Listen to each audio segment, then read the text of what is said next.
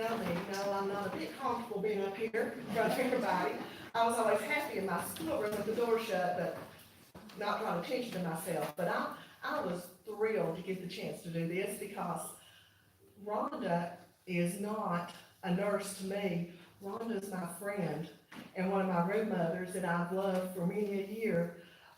And part of the reason is not just her sweet voice, it's the woman of faith that she is. She was a mama doing prayer around the flagpole. She was a mama doing for other children. She was a mama that I knew was praying for me. And now we're lucky enough in this county to have her doing the special job she's doing with the kidney dialysis, and I don't even know the name of it, I'm so nervous, but I'll let her tell, but she is a nurse, a RN, and she's just a gift from God. So I present you Rhonda.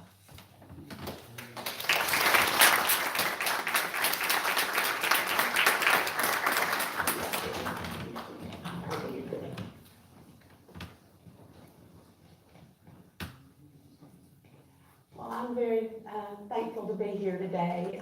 It's kind of odd how this all came about. And Janet talked with me and she said, can you come just talk about your work a little bit? I thought, okay, I'm just going to stand up for 5 minutes. And then she tells me 20, and I'm like, okay. That's a little bit longer than I thought. But you know what? Y'all will find I've got my husband trained back there to go. Because I can talk. But I have a lot to talk about, and I'm thankful for that.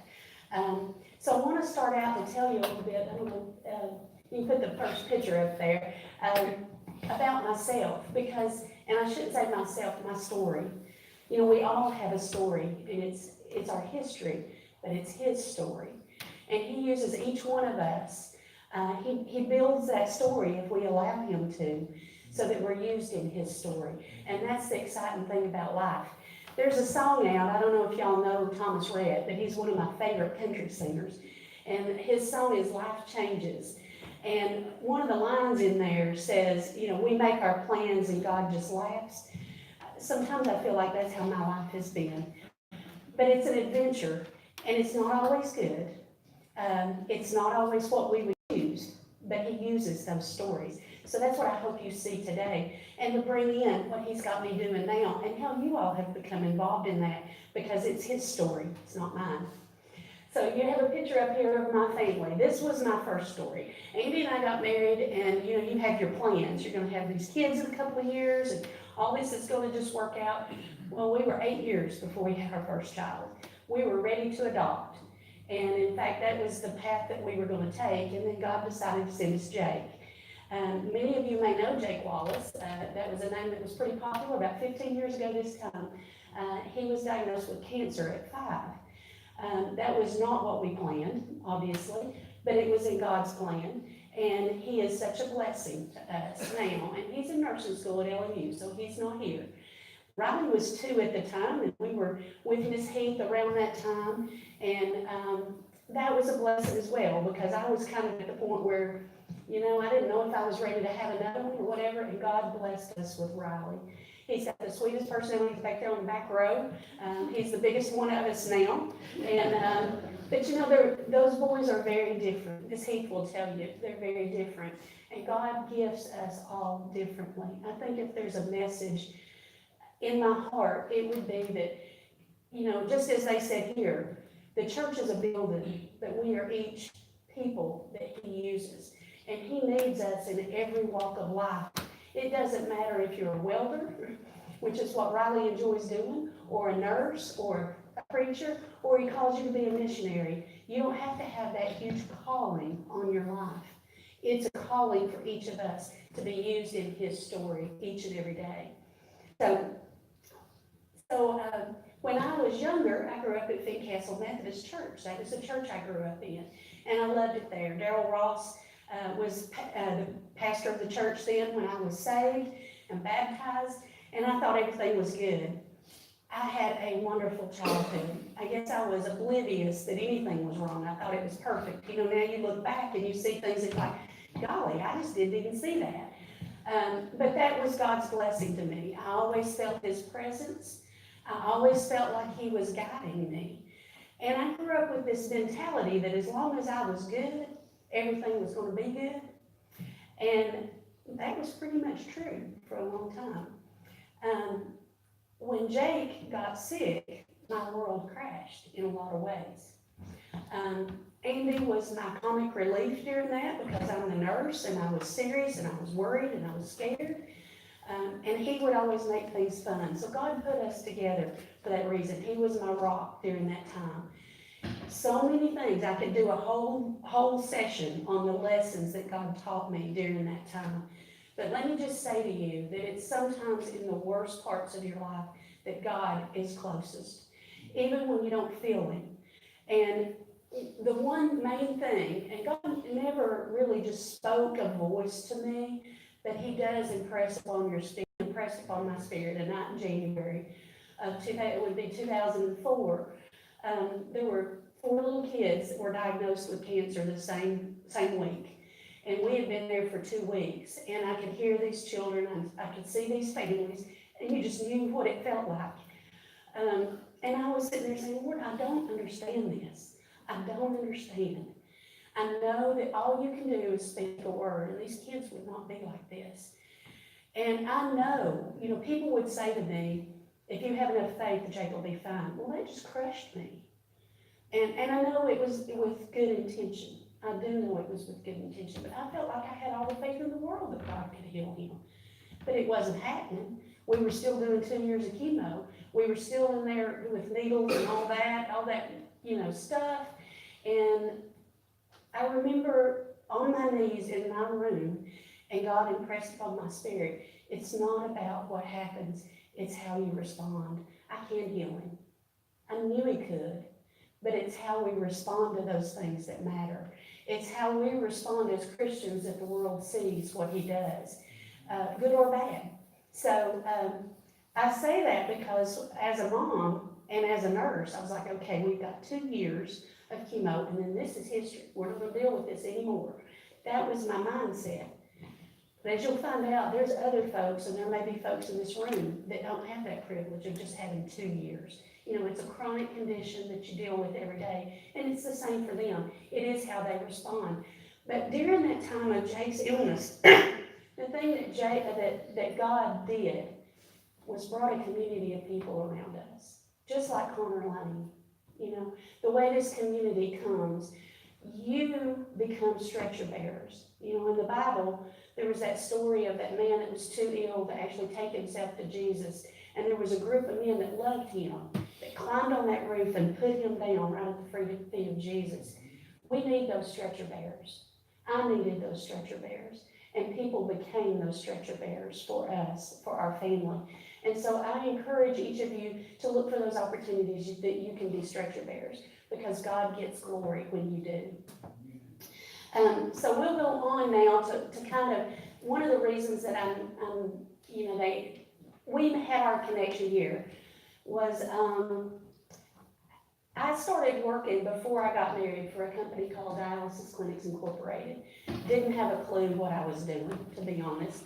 When I got out of nursing school, I worked at East Tennessee Baptist Hospital. I was in the intensive care unit, and I did open heart surgery and loved it. But I was on night shift, and I'm not a night person. I'm a day person. And one of the doctors that ran Dialysis Clinics Incorporated, his name was Dr. Tom Miller, kind of recruited me to come over and do dialysis. Now, in nursing school, I would have never wanted to do kidneys. They're complicated. I didn't want to do neuro. I didn't want to do nephrology. But somehow, this just happened. I could work 10 to 6. I could work day shift. I could have 4 days a week. It just sounded good. So I started there, and then in the meantime, Andy and I got married, and we moved to Atlanta. So I kind of left dialysis. Never thought about going back. I loved cardiology. When we moved back here, I worked for Dr. Lawson, Wendell Lawson in Oak Ridge. Absolutely loved that job and thought I would stay in cardiology my career. With the changes in insurance, what I was doing for him wasn't available anymore. So I had I put my hand in some other things. I did cardiac rehab. I even, after Jake's illness, worked at Children's in the NICU with drug babies and absolutely loved it. I think that's, that you're where God put you. I just love nursing. There's not been anything that I just didn't truly not enjoy. Sometimes don't enjoy the schedule, but Other than that, I enjoy nursing. So to make a long story short, I was working in Knoxville for DCI again, driving 96 miles a day, teaching people to do dialysis at home. Loved that. And then got a call from La Follette here to come back and do an administrative type job, which is probably not me as much. Dr. Rivers was the medical director out here. She kept telling me, I'm going to get a clinic, I'm going to get a clinic. So that's how I ended up back here. Very thankful to be home. And the clinic opened. The next picture is a picture of our clinic. We opened in July with our first patient. And it was, I don't exactly know, Janet, when I came, but the connection with your church came when I went before the planning commission in Caryville to talk with them. I needed to be able to put a sign up, and I had to get an okay from them. And in the meantime, as I was speaking, I told the history of our company, which I'm very proud of. And that's what I want to share with you all. If y'all saw the article in the paper, they kind of let the cat out of the bag, but when I learned about the dialysis companies in the country, Fresenius, DaVita, and DCI. DCI is the third biggest. And with DCI, I've just gotten a signal back there, I got distracted. DCI is the only nonprofit, and I think that makes the huge difference in what we do and how we see things. When it first started in 1971, there was a doctor, Keith Johnson, who was a intern, not a resident at Vanderbilt. And he was in nephrology, and he realized how many people needed dialysis. Now, when you're on dialysis, it is life support. The kidneys don't work. If the kidneys don't work, you cannot survive, okay? So he was able to do treatments only in the hospital, and those treatments would last, 3.5, 4 hours. So he could only do so many a day. People drove from here 3 times a week to Nashville to allow him to do treatment. That's how scarce it was then. And he learned of an outpatient facility on the West Coast. I think it was in Seattle or somewhere like that.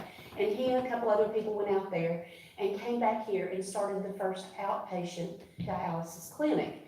Now, the name is actually clinic, not clinics. It was never his intention to be a company. But we have about 250 clinics now.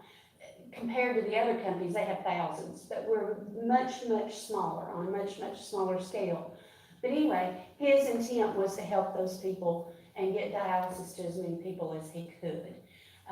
His son now helps run the company. No one else has ever owned this company. It's a mom and pop store, I guess as you could say, as much as it could be. Now, with the changes in healthcare, you have to be able to keep up, but it still is, and that's why I love working for them. Let me tell you how they made the money. When they first started, this is what's incredible to me. Medicare did not fund dialysis. So they didn't have money to even dialyze these people. So they went out on roadblocks with Kentucky Fried Chicken buckets, and they put pictures of the patients that needed dialysis on them. You could never do that with HIPAA now, if you all know that. But they would take up thousands of dollars to help pay for these treatments. So that's the heart of where this company started. And it's still there, and I'm going to share some other things that they've done. I'm very thankful to be here. I'm very thankful to be with this company. The motto of the company is the care of the patient is the reason for our existence. And I think that from the story that I've just told you, and even if you see how they treat patients now, we will give patients protein supplements based on their lab work. There's a lot of things that we do extra to try to have the best outcomes we can for those patients. A lot of people have asked me why we're going to have 3 clinics here in Campbell County. There's one downtown La Follette, is a Fresenius clinic we've opened, and now they're building another one right there in Caryville. And they said, do we really have that much kidney disease here? Because it's not like this little kid has cancer and the whole town knows about it. There's going to be people you don't know that are probably going through dialysis 3 times a week. We have people coming from Middlesboro. We have people coming from Tazewell. Of course, we're going to be drawing from Anderson County now. I have heard that there's as many as 80 patients in the La Follette clinic right now. And you just don't realize there's that many unless you're in it. So there's 23 million people have chronic kidney disease in the country. 23 million, over half of those will probably face kidney failure, which means they'll have to go on dialysis at some point, or some of the other treatment options we're gonna talk about. Tennessee, Alabama, and Mississippi, number one. So we're in the number one region, and you say why? So the next slide, we'll talk about those risk factors, and you'll see diabetes is the number one risk factor. We have a lot of diabetics here because of our lifestyle, a lot of it. Some of it's because of, there's a lot of type 1 diabetes. We think that's viral or genetic. I don't know the answers to all that, but diabetes and high blood pressure. And those are two things sometimes that are silent. Kidney disease is silent. You don't even know you have it. So for those reasons, we have just an awful lot. Of course, the older you get, the more risk you are. African Americans and Hispanics actually have a higher incidence of kidney disease as well. The genetic factors, there's a lot of autoimmune diseases. Lupus can cause kidney disease. So, and of course, lifestyle. And when I say lifestyle, let me just interject this, and this is not to scare anybody, but ibuprofen is very toxic to the kidney. And you can take it, the way it's directed is probably fine, but some people overuse that. And if you already have some kidney disease, that can be detrimental. So be careful with those over-the-counter medicines sometimes if you're at risk. So when you go into kidney failure, there's some options that you have. One, and this is listed at the bottom of this, but no treatment at all. And I say that to say, it depends on at what stage in your life you are. And I think it's important as nurses and doctors that we give that as an option.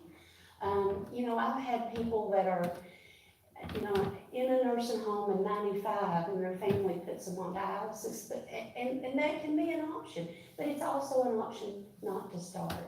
So we want to be able to present that to people before they start, let them know that is an option, and then help them through that. And DCI is very good at giving those resources if that's the choice they make. And of course, DCI makes our money on people on dialysis. So that is obviously an option. And in-center dialysis is what we do in Caryville. One of the things we do. I have 14 chairs, so I can have 14 people on at a time, and then we'll swap them over, have a second shift. So I can actually see 28 a day on Monday, Wednesday, Friday, and 28 on Tuesday, Thursday, Saturday. Right now I'm seeing 4 patients, and we're gonna add more as it goes. But there are a lot of people. Those chairs are gonna fill up fast. So that's the one thing we do, and then we teach people to do it at home. They have options at home. They can do the in-center with where we actually do it through the bloodstream, or they can do peritoneal. God gave us a third kidney in our abdomen, and it's that lining around our organs. We can put fluid in the belly through a catheter, and it will exchange those waste products through that membrane in our belly. We teach them to do that at home. They can do it at night, and they can function and have jobs during the day, much easier than being with us 3 or 4 hours 3 times a week. So we are the only clinic that will be offering that option. And then the one that I want to spend the rest of the time, or a lot of time talking about, is the transplant option. And that's where you all come in, more than you realize. Part of being the church is seeing where we can reach out to these people that really need help. You can sign up to be a donor. A lot of people know the option on the back of your driver's license to be an organ donor. If something happened, if you were in an accident or your family member was, they can be an organ donor.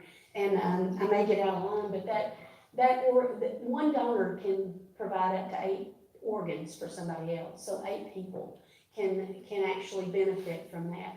If you're a tissue donor, it can be up to 150. So those are options that if you want to know more information about, you can find out online. I've got some information in the back. But then another one that's very important, and this is another reason I love DCI. DCI has not only the in-center dialysis, we do a lot of, the next slide will show Reach Kidney Care, which is education to keep people off dialysis, to keep people from needing the transplant. We have clinics that just focus on education. But we also, DCI owns Tennessee Donor Services. And I've got to be honest with you, I would love to work for Tennessee Donor Services. It's a very demanding job though, and you have to be at the moment's notice, ready to just go wherever they call you. So with a family, that makes it very hard. But they have a full staff.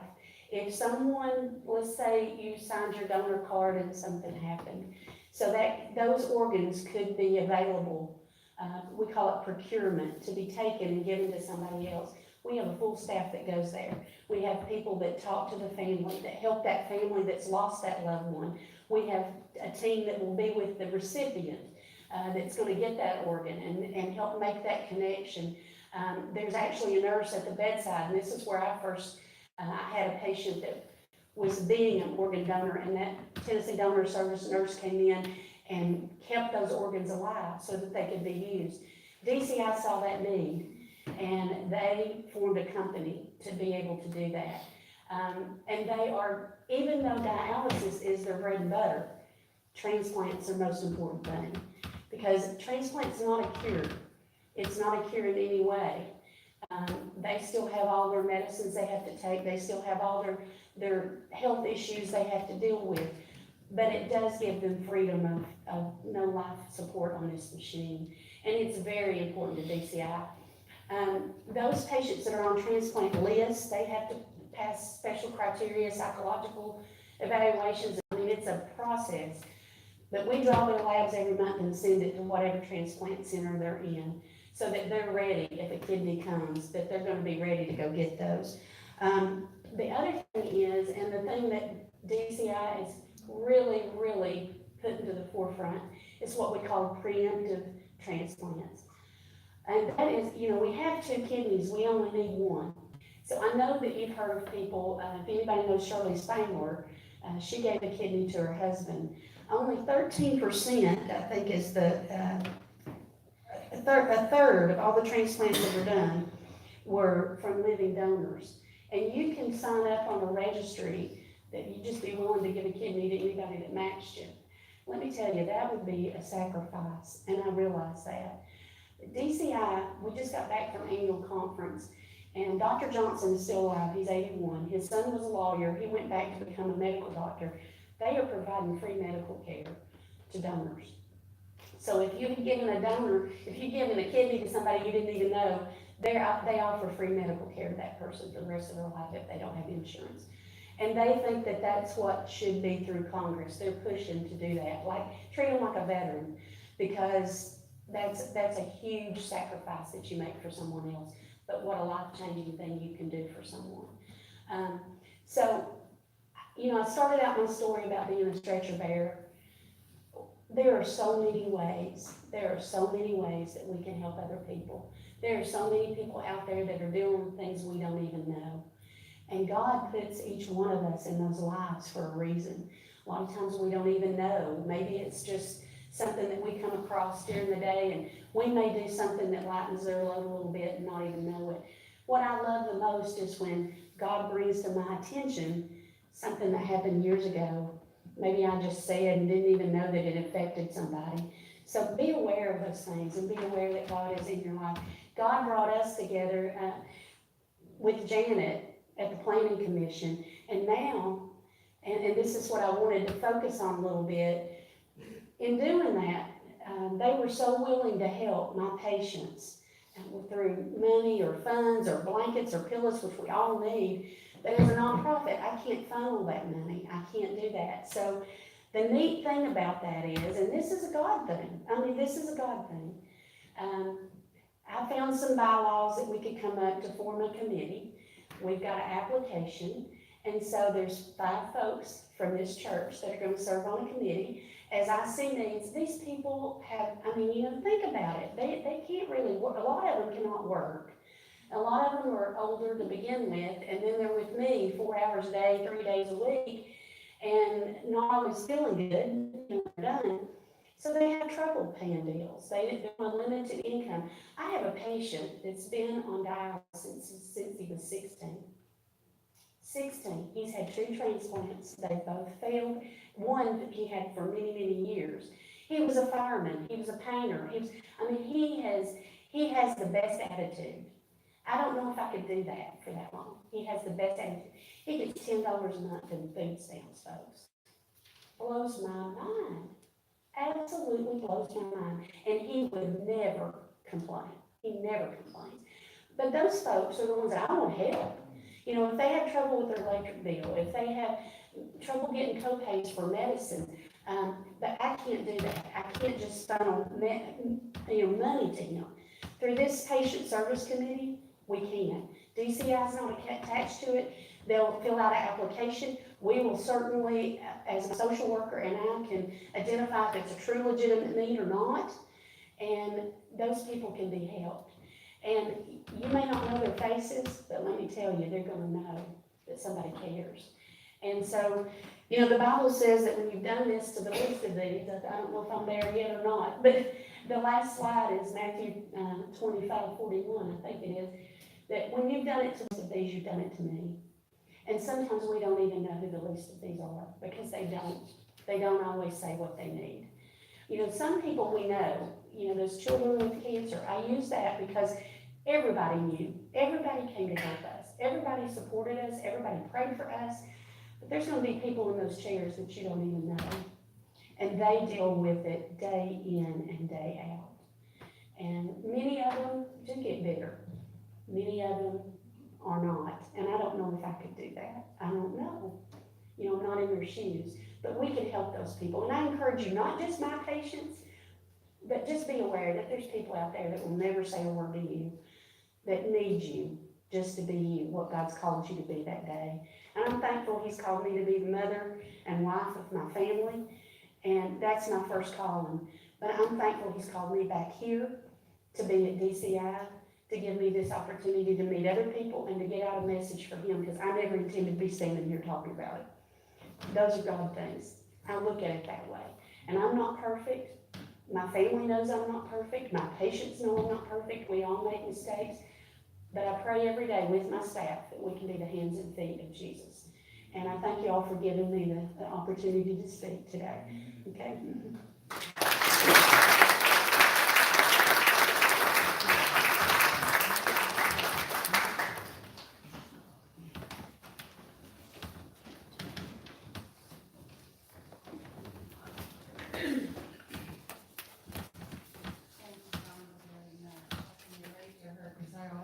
Cardiac nurse, and I know, there's no doubt in my mind that God's got you where He wants you.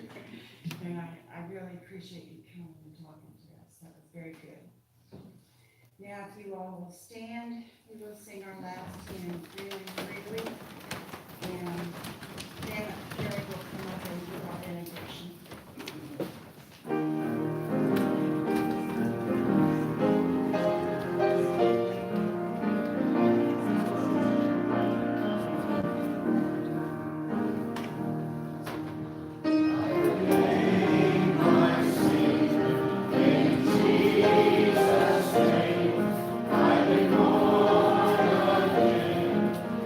Jesus.